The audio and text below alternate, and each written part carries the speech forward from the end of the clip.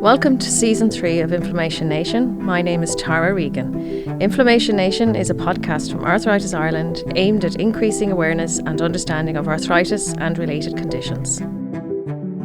I am delighted to welcome Dr. Yvonne and Aoife McCoy to this episode of our podcast where we're going to talk about parenting and arthritis. Yvonne is an assistant professor in occupational therapy at Trinity College in Dublin, and she's worked in the clinical area of rheumatology for over 20 years. Aoife was diagnosed with rheumatoid arthritis shortly after her 18th birthday. Aoife is a busy mum to her son TJ, who is 4 years old. You're both very welcome to the podcast, and I'll start off with you, Yvonne, if we can. Yvonne, I suppose parenting is one of the most rewarding and important roles that many of us take on in our lives. But even at the best of times, it can be very challenging, never mind if you're living with a chronic condition. Can you tell me a little bit about what occupational therapy is and the role that would play for somebody with arthritis? Sure, thanks Tara. So occupational therapy is a healthcare profession and we're regulated by CORU.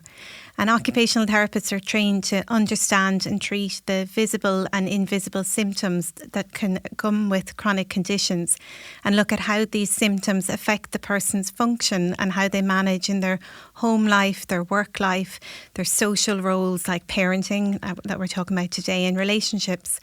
So we really look at those visible symptoms like heat and swelling and stiffness or joint restrictions on moving and doing. And we're also looking at the invisible symptoms like pain and fatigue and low energy and maybe stress or worry and anxiety and poor sleep. And from that OT perspective, we're really trying to meet the person where they're at in their lifespan, where they're at in their stage of life and where they're at with their condition. And maybe how they're managing the doing that they need to do and how they're enjoying the quality of how well they're able to engage in those roles. And occupational therapists would be really trying to help people figure out what it is they need to do and want to do and tailoring support and interventions to help boost ability and confidence and their own self-management as well. Okay, great. Thank you very much. And Yvonne, I suppose you've been involved in a research study into the impact of early inflammatory arthritis on parenting participation, such as everyday activities, delegation of parenting roles to family members. Could you tell us a little bit more about the study and its findings? Yeah, thanks a million. So we know that the symptoms of chronic conditions impact on all aspects of a person's everyday life. But the whole element of parenting hasn't really been widely considered. There were a few papers that had looked at people who had arthritis before they became parents, but nobody had really looked at parenting of people who were parents first and then went on to develop a type of an inflammatory arthritis. And I thought that was really relevant because drug therapy has really changed over the years, and that's fantastic, and it means that there are a lot more improved rates of remission. But we know from the studies on work and employment with arthritis that even with early medical management and early drug therapy, arthritis can still have an impact on participation. So I wanted to see, well, what was the impact early in the disease for people who developed inflammatory arthritis? So we did a qualitative study. We did one-off interviews with 24 people who had a new diagnosis of inflammatory arthritis, and they were all parents before their diagnosis, and some of them were parents to children up to as old as 21 years of age. What we found from the findings is that even in that early stage of disease, and the average length from diagnosis was 17 months, but the first kind of major theme was altered capacity was a really big issue for this group of people. And they talked about how physically they found it hard to do the things they used to do. And they talked about those everyday mammy activities, those nurturing roles of caring and doing breakfast and doing the school runs and doing the homework, and that they weren't physically able to do that at this early stage of disease. And then they also talked about the kind of psychosocial impacts and how their capacity emotionally was affected because they didn't have the energy to do the things they always did. And they really talked about feeling guilty that they didn't have that emotional capacity, particularly with things like play and that kind of capacity to play. And one of the other big findings from the study was that the participants talked about how their relationship with their child had changed.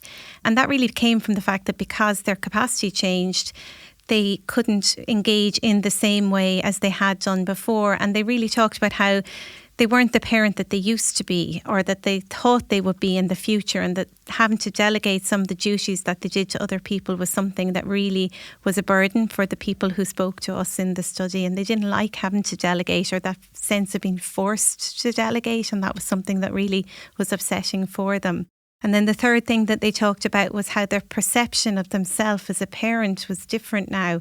And they were really conscious of how their children saw them as a parent, and whether they were able to physically do the things they needed to do, or whether they were emotionally had capacity to it. And they talked a lot about their identity as a parent, and what am I a parent if I'm getting other people to do things for me. And because of that, they were always trying to, often, I suppose, talking about how they were minding their pain from their children, because they didn't want that to be something they were really aware of. And then the last thing that came from the findings was a fear of the future. And that was something that was different for the men in the study rather than the women. The other themes were really across the gender spread. But the fourth theme, the men in the study who were parents were much more conscious about their identity as a parent was very linked to their identity of being a breadwinner and being a financial provider in the family home. And they were worried about, well, if I can't work, how will I be a parent if I'm not providing for my family? And that was something that they were really concerned about. And I suppose on a clinical practice level for us, it really, I suppose, put the spotlight on the fact that healthcare services, clients' priorities around roles needs to be considered in tandem with medical management. Early in disease, we're trying to get the drug therapy right. We want people in remission. We want symptoms under control. But participants in our study told us that they really want help with all aspects of living well with arthritis, and that parenting was one of those aspects that they wanted to have included in healthcare. Okay, wow. You know, it's obvious from that study that it had such a significant impact on parenting and people's emotions around parenting and the knock-on consequences of that. Aoife, if I could turn to you, you had established rheumatoid arthritis when you became a parent, and now you're a busy mum to a young son, TJ. Can you tell me a little bit about how your arthritis had impacted on your life since you become a parent, and the day-to-day challenges that you experienced in the early years, but also now on an ongoing basis? Yeah, sure. Hello. So I had arthritis for about 10 years before I had my son. So it was well established. It was actually well managed. I was on a great combination of drugs, and in my mind, I thought of it as very well managed. I had done all the courses. I was very affiliated with Arthritis Ireland and all the things that they do. So I was ready to have a child. But then the realities of having a child was completely different for me. I didn't realise how much help I'd need in a physical aspect, emotional, social. I needed more than what normal people would need. You know, I needed more family support, like all day, every day. I needed my husband to help me with things that I thought that a normal mother should be able to do. So, you know, it was very hard emotionally in a time when I suppose women are going through a lot of emotions, you know, the postpartum kind of era, and, you know, your hormones going all over the place. So it was very hard in that way. And Yvonne, then, we know everyone's journey of parenthood is very individual and personal to them. What recommendations did you make about support and healthcare interventions because of the study? You know, do you feel that there is enough support out there for parents who live with arthritis?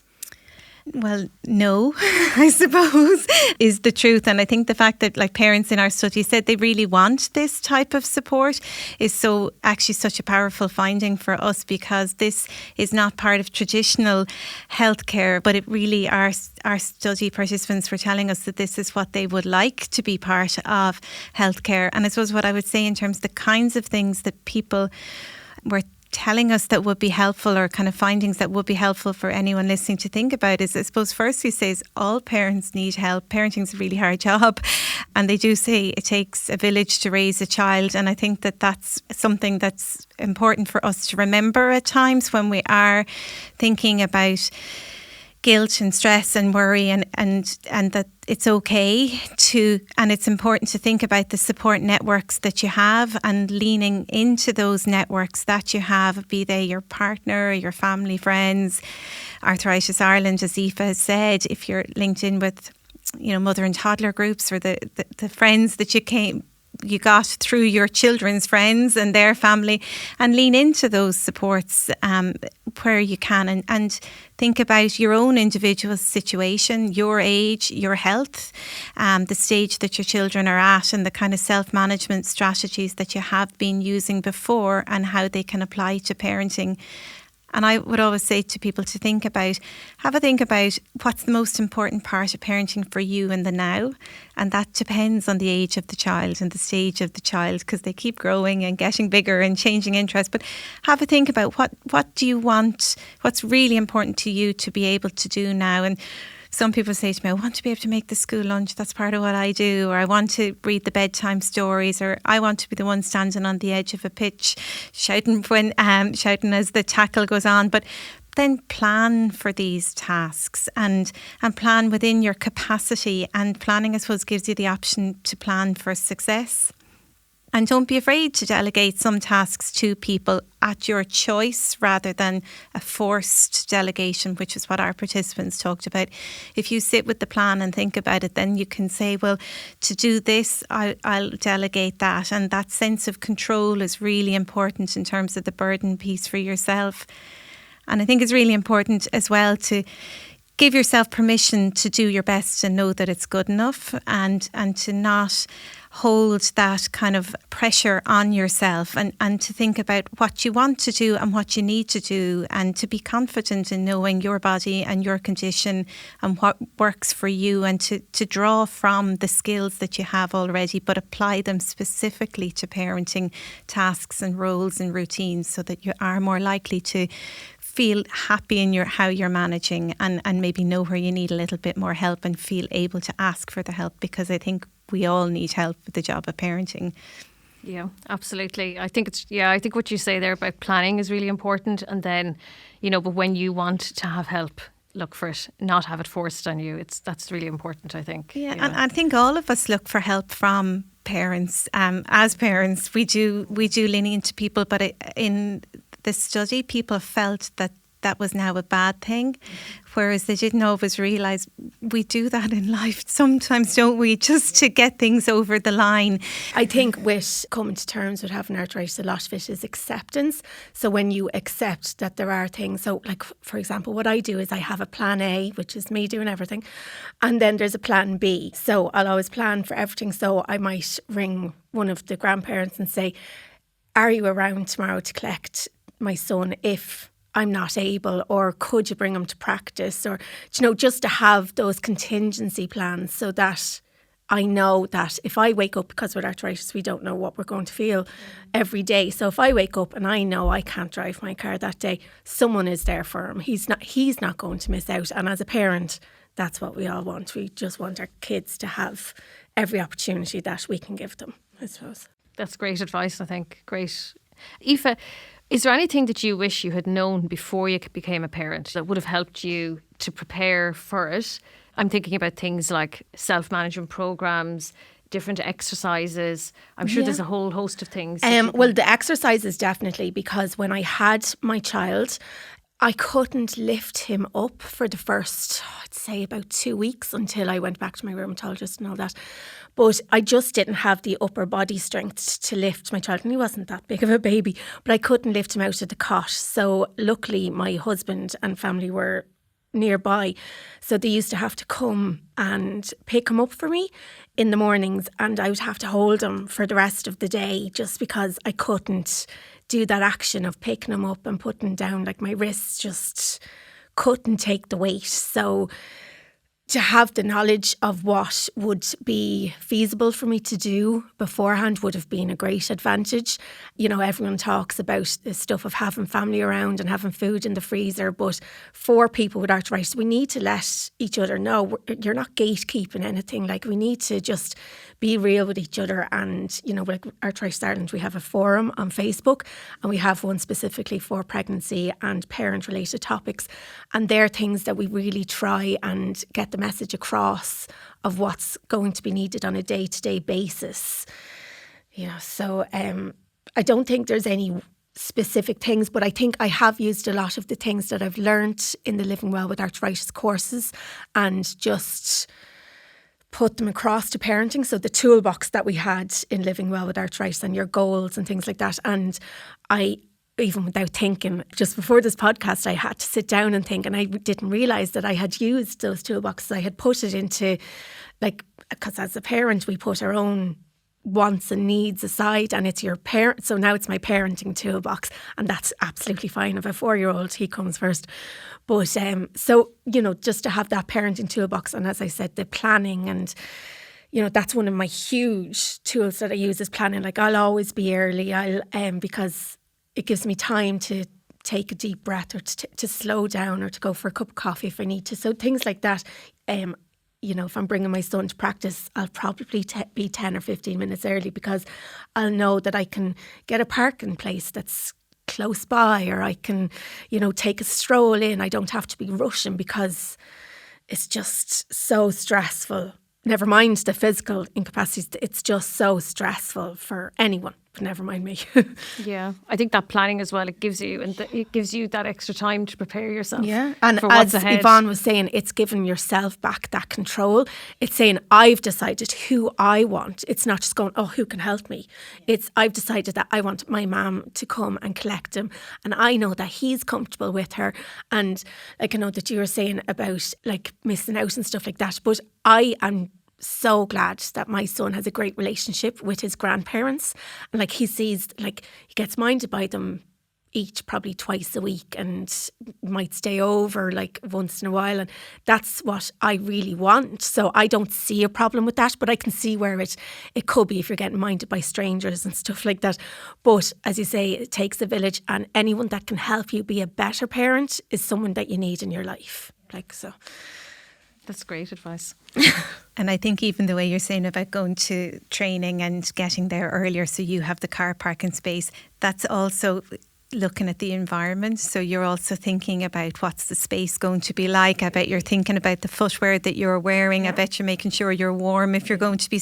So kind of looking at all those environmental factors in the different parts of parenting, whether it's the right type of cot choice for a little baby that you don't have to bend in and lift for, and then as they get bigger that they can do a little bit and you can do a little bit, and that kind of how those different factors across cot changing, nappy changing, feeding, bring into football, manage it, like thinking about the space and layout and the different like tools for the job, but kind of it's being thinking about the steps that go with the activity so that you feel I'm fine here now, rather than I hope I'll be okay. Because if you're feeling I hope I'll be okay, that's extra pressure as well, which can be something as well.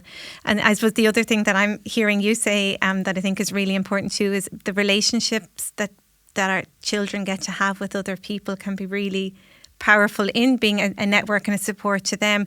But it also helps you have space to be well too, because hopefully that's a chance for you to mind your condition and to be well or take rest or spend time with others, which you also need. And the more you feel well, the better the emotional capacity. Even if physically some things are difficult, but if emotionally you're minding yourself, then the resilience is a bit less tested, which is what I suppose is good to talk, as you said, talk about these things, because all parenting can be difficult, and it's okay to say this bit's hard, or how do you manage that, or did you know that, you know, learn from each other the tricks and have here's advice that may be relevant to you, but know that everybody's different and every child is different too, I think. But there's different things, especially nowadays, like we're 2023, there's bedside cots, there's so many things that you wouldn't think would help you. Like, they're not advertised as being mobility friendly or anything,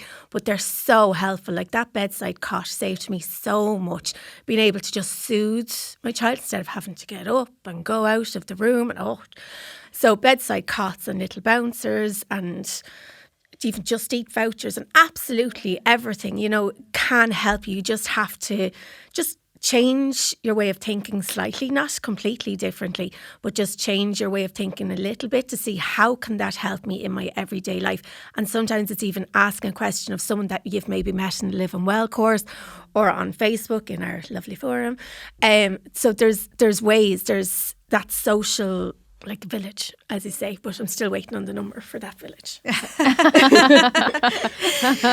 But you're right. If you know the things that are difficult, then probably you'll solve the problem. But sometimes we're so busy in the problem trying to get out of it that we don't think which bit is hard. Even thinking about you holding your little baby when he's probably tiny and then getting bigger and heavier on your wrists, whereas the likes the feeding cushions would just mean you're not having to hold him. You're able to kind of support him in position. I wrote that down because I was saying, you know, so even the things like the bedside crib and the bottle making machine, breastfeeding cushion, things like that will help you in your everyday life, and you wouldn't just automatically think of it. Yeah.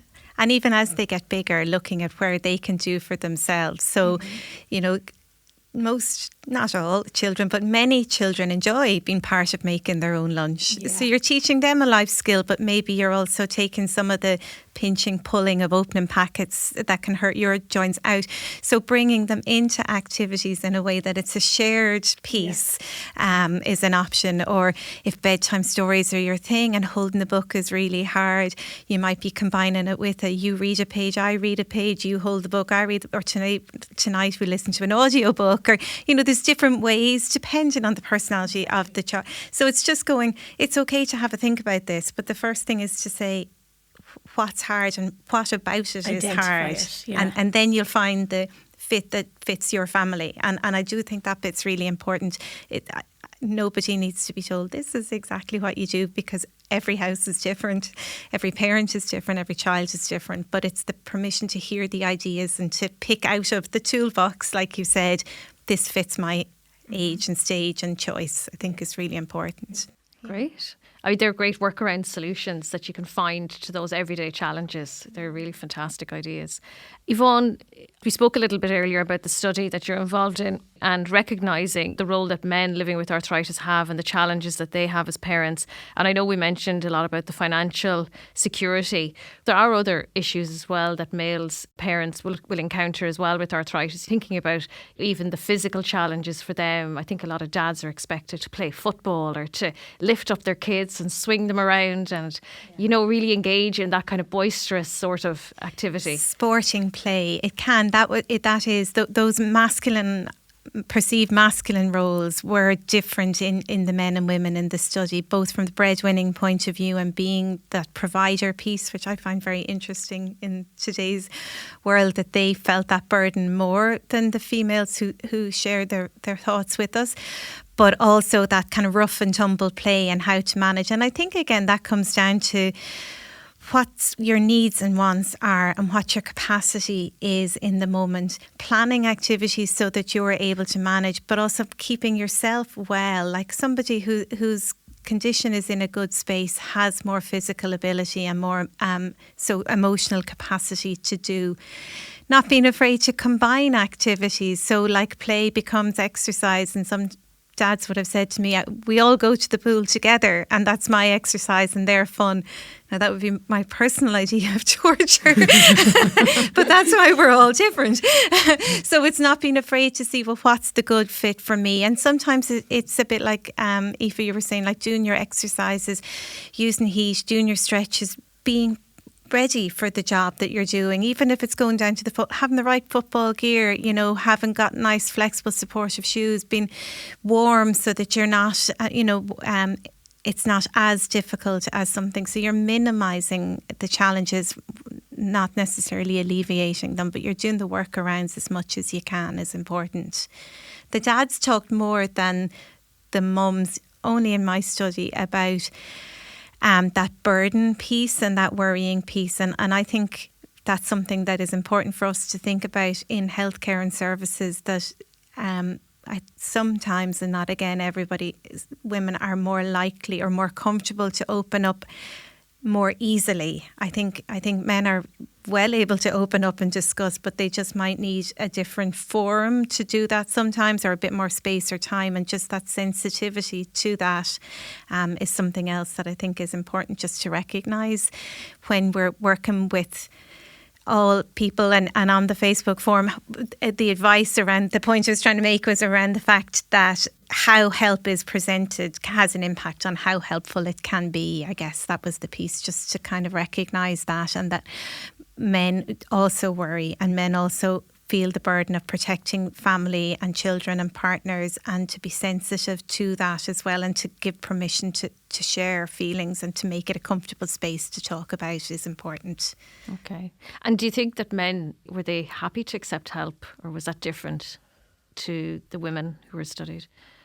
In my own work, the male voice was low, and it's something I'd like to do more about, but the men in my study more prioritised parenting interventions. When I asked what would be helpful, their priority was more around help me stay in work to be the breadwinner. That was the first piece, whereas the women were more interested in saying help me enjoy the here and now and the day-to-day stuff. I want to be able to do the day-to-day things. They're the interventions I want. So the men in our study prioritised work, breadwinning, providing, and then later down that list wanted the other pieces, but their focus was different. Yeah. Okay, yeah.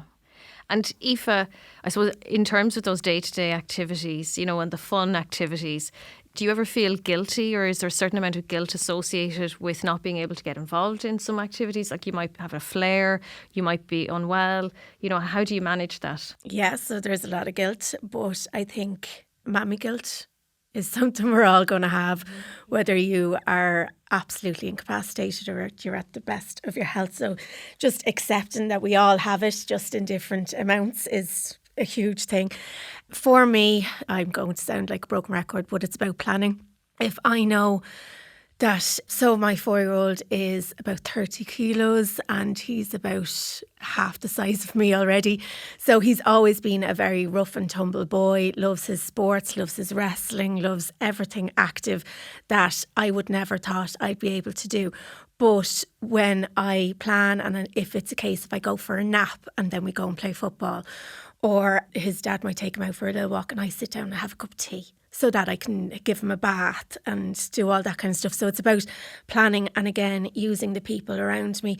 But even after all of that, there's still a huge amount of guilt, because he knows that Mammy's not well or Mammy's sore today. So I hate having to say that, but sometimes it's just necessary, because, if he's going to be rough with me, or sometimes I can't get down on the floor and do a jigsaw, but you just have to do what you can do. So I choose the games carefully. I don't just buy him whatever, is popular at the time. I do like a big jigsaw so that I can sit down for a lengthy space of time, and I have a little stool that I sit down on, and he even goes and gets the stool for me and says, come on, we'll do a jigsaw.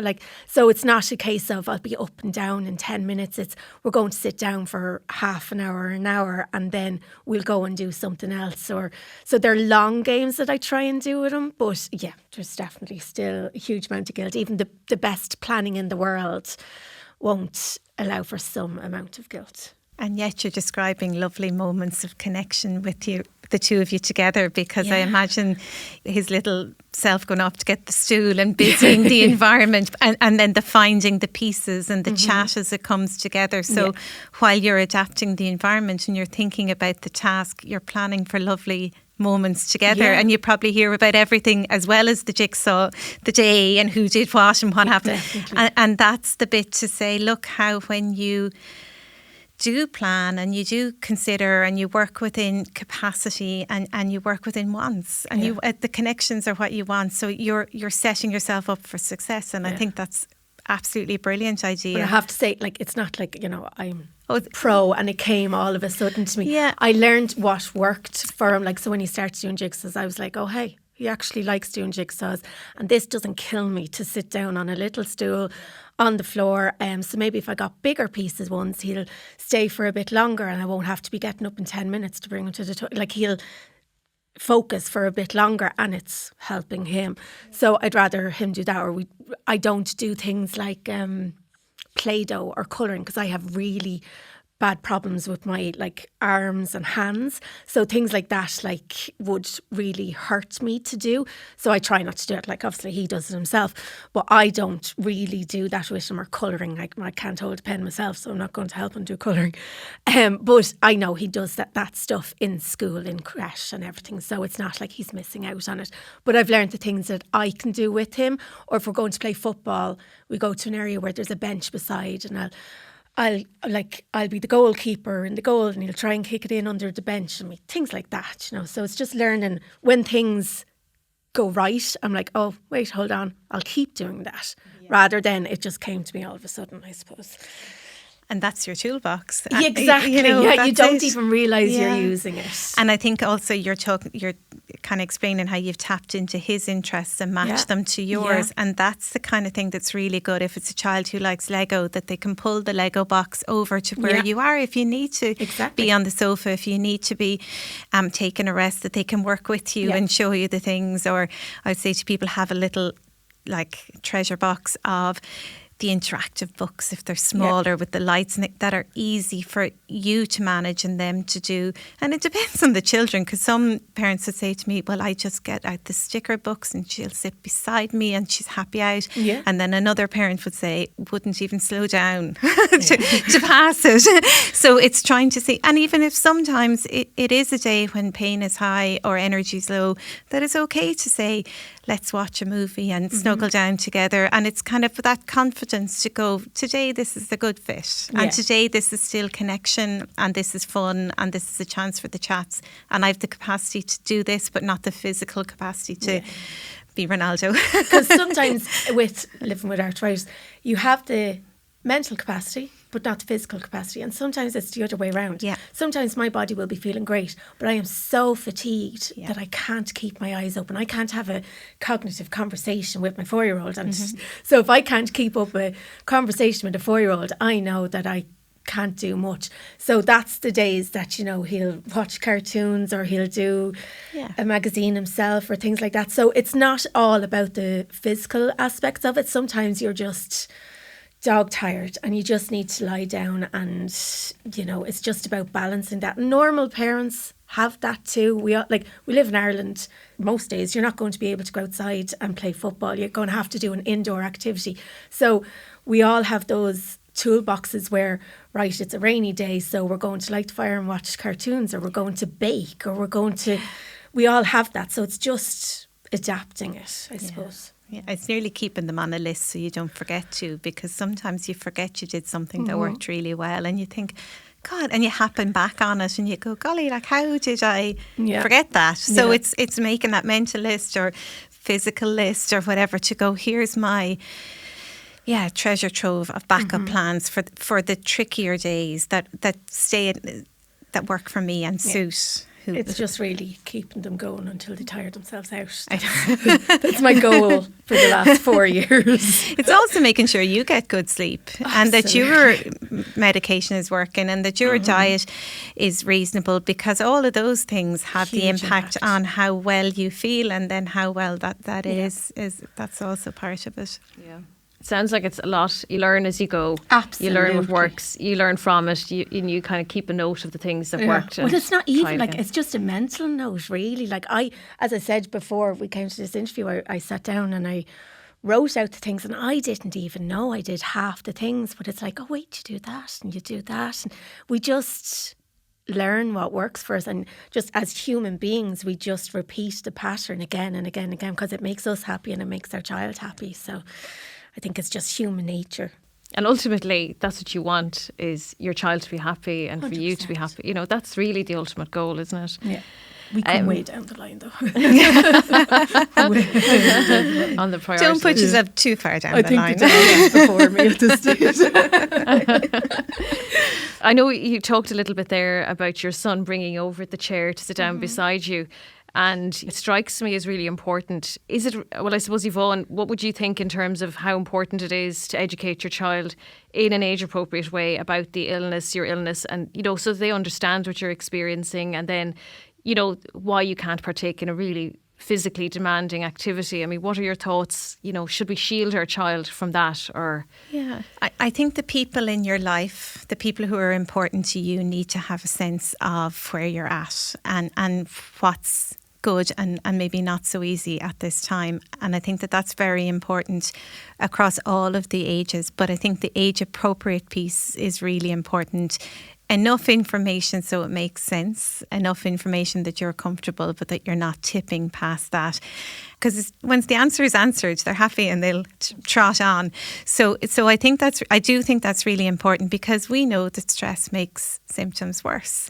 So if you are trying to shield and burden and shield them from a burden and protect them and be everything to everyone all of the time, that is going to zap your energy and your capacity, and that is going to magnify the symptoms that you have. So yes, I think the people in your world who know you and love you and get you, bring them in and let them know what you feel they need to know to help you in that age appropriate way. Because I think sometimes what happens is people generally want to do good, but sometimes they can help in the worst way possible. So if you have the conversation, this is helpful. And sometimes it's a case of, I'll do this if you do that, or while I'm doing this, you do that. Then it's more collaborative, and it's less one directional too, which I think has an impact. And as I said, even like with the likes of the lunches, kids like to be involved and they like having little jobs and duties. And we are, as parents, minding them and loving them and giving them opportunities to learn. But their little life skills opportunities can also be a help to you too, which is what I say to my own children when I'm saying, put this in the dishwasher. And if the pile is on the bottom of the stairs, it means bring it up when you're going up there. So not being afraid to say, like, we all live in the house together. Because I know we've talked a lot about little children, but like parenting, I don't know when parenting stops. I'm not sure. I still ring my mum every night. It doesn't stop. So not being afraid across the age and across the lifespan to share out the things, because that gives everybody the sense of being involved, and that gives everybody capacity for the fun as well as the necessary. As well. Yeah. And Aoife, I suppose I get the sense from when you're talking about TJ there and the little things that he's doing, like I feel like he's almost probably going to be a more compassionate and caring child as a result of that. I think that's really lovely. He understands. So. Yeah, he does understand. Now, if you asked him, I'm sure he wouldn't tell you anything about it, but he does understand that sometimes Mammy's sore, or that I'm not strong today. Like, I don't want him to think that I'm always sick, or that, I'm going to die or anything like that. But I just want him to understand that at that moment. But it's hard for healthy adults to understand invisible illness. So for a 4-year-old or 14-year-old to understand it is very difficult. So sometimes I might wear the splints, even if I'm not 100% needing to wear the splints, just so that he can see, oh, wait, it's like wearing a plaster sometimes for me, because it's like, wait, I need to just be a little bit more cautious around Mammy or things like that. But he is very aware of even the other things around me, like heated blankets and like the shoes and just your other stuff, and even my medication, like he knows they're my tablets and he can't go near my tablets. And then I take biologics, so I don't, not like I'm telling him to come over here till I inject myself, but if he sees me injecting myself, it's not a problem. If I was diabetic, I wouldn't hide my insulin injections from him, so I don't see the difference.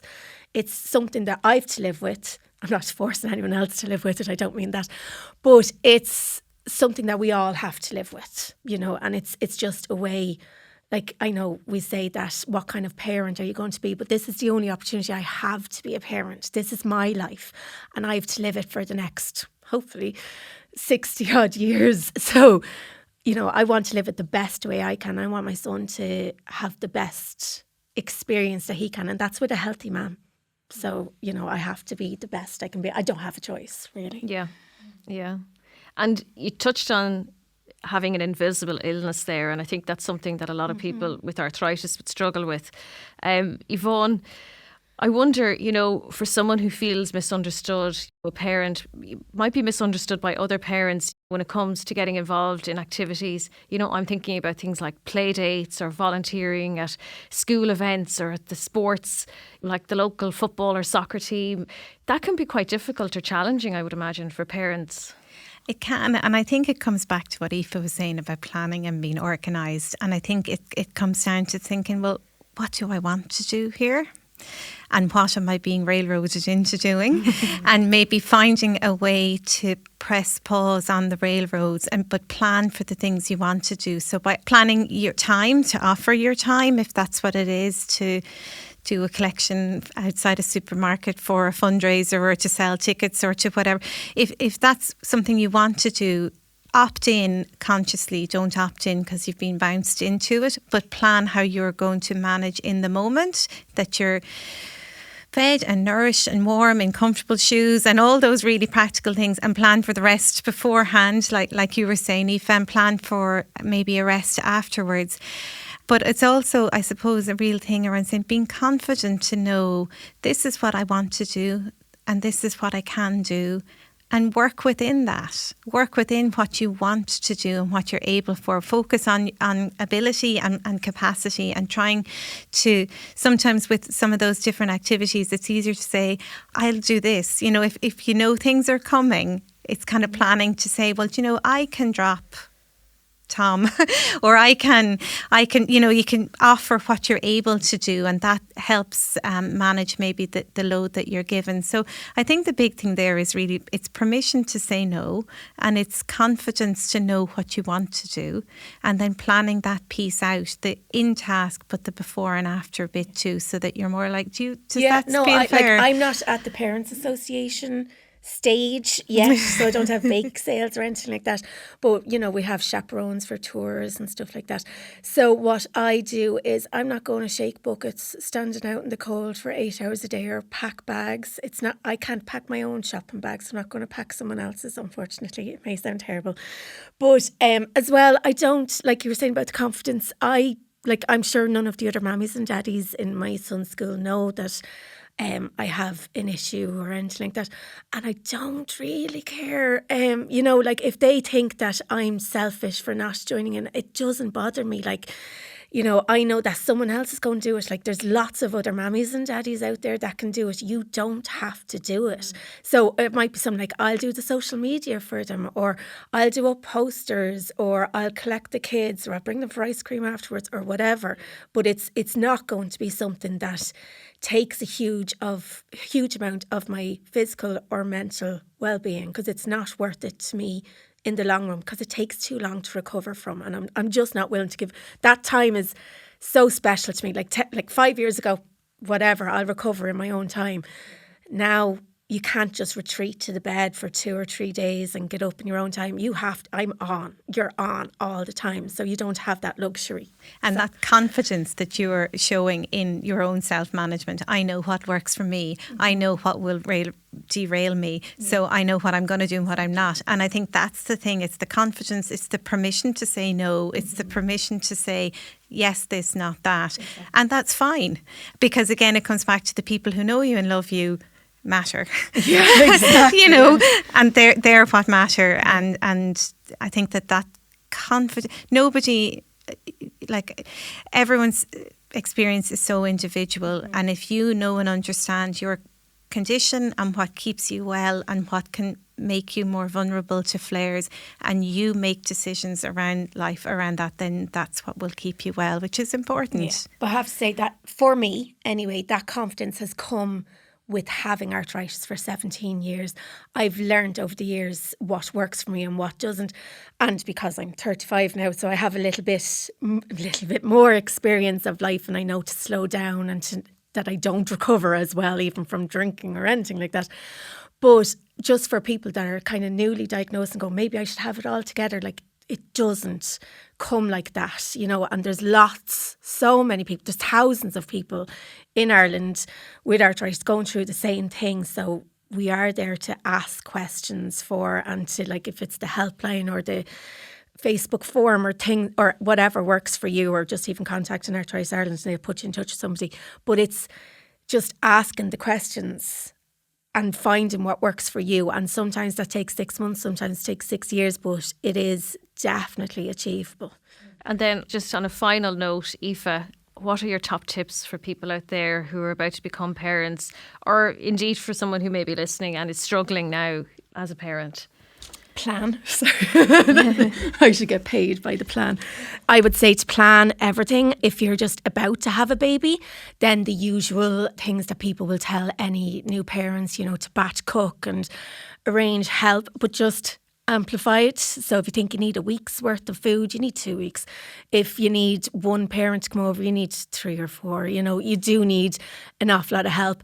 Don't worry about cleaning the house. I don't think I've cleaned mine in about 4 years. It doesn't matter. Like, nobody's coming to grade you. Like, you are there for that baby.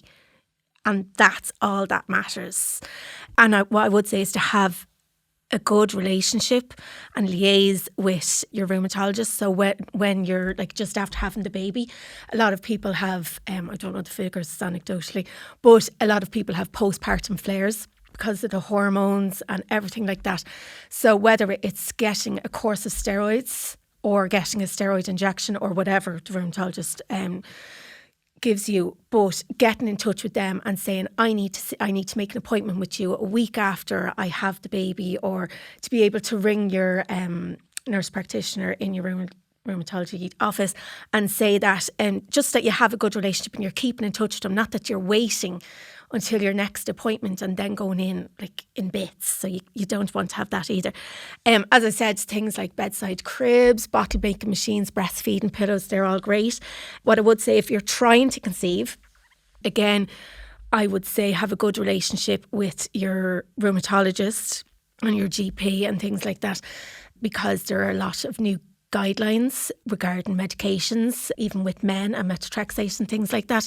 So a lot of that is very important, because when I was pregnant, a lot of the obstetric professionals were telling me that I couldn't be on certain medications and painkillers, but I knew I could be because I had done the research and I knew I could breastfeed with certain drugs and things like that. And that's so important, because it helped me to feel as well as I could. So things like that. And as far as I know, there are new guidelines for obstetric doctors, for people with rheumatological conditions, that you get things like early scans and stuff like that. So you can go to the early pregnancy unit and get a scan at like 6 weeks or so that you don't have to wait 12 weeks. And you can make sure, especially because the amount of medication that you're on, you might have a lot of anxiety around that. So it's really important to liaise with your doctors and just see, because it's not just about medicine. It's so much more. It really, really is. And also work on your toolbox. But as we've all said, it comes as you go through it. So there's not much you can prepare for in the toolbox, and do your OT exercises, of course. I think even some of the parenting courses that are available and parenting supports, it's good to know about those too. And a lot of schools offer them through Parents Council, or you'll hear about different Parents Plus courses, because I think then that even helps you see that's a peer situation where you're learning from other parents, not just parents with arthritis. And there's another opportunity to handpick the tools for your toolbox that are relevant to you, but also the shared experience to go, it's not just me as somebody who has arthritis, it's me as a parent, because this parent is also finding the same thing, but actually they suggested this and I'm going to try it. So kind of those across the age of the children as they get older. I think sometimes we really think about when they're small and they need our physical help as well as our love, but then as they get bigger, they can wash themselves and maybe do their lunch or do their shoelaces, but they need you to be there emotionally present and kind of thinking about how you can do your best with that parenting role and be confident with that aspect of parenting role. And some of the parenting courses can just give you confidence as much as new information too. And I think that that's really worth kind of thinking it's there, they're out there, they're online, they're on listen backs. So just again, the permission to say, I'm going to just find out a little bit more and take from this what's relevant to my space and my world is something to think about too. Thank you both very much for your time. We really appreciate it, and for your insights. Thanks a lot. Thank you. That's all from this episode of Inflammation Nation. But don't forget to subscribe on Apple Podcasts, Spotify, or as they always say, wherever you get your podcasts. For further information about arthritis, you can visit our website arthritisireland.ie or contact our helpline on 0818 252 846. See you next time. Inflammation Nation is supported by Pfizer.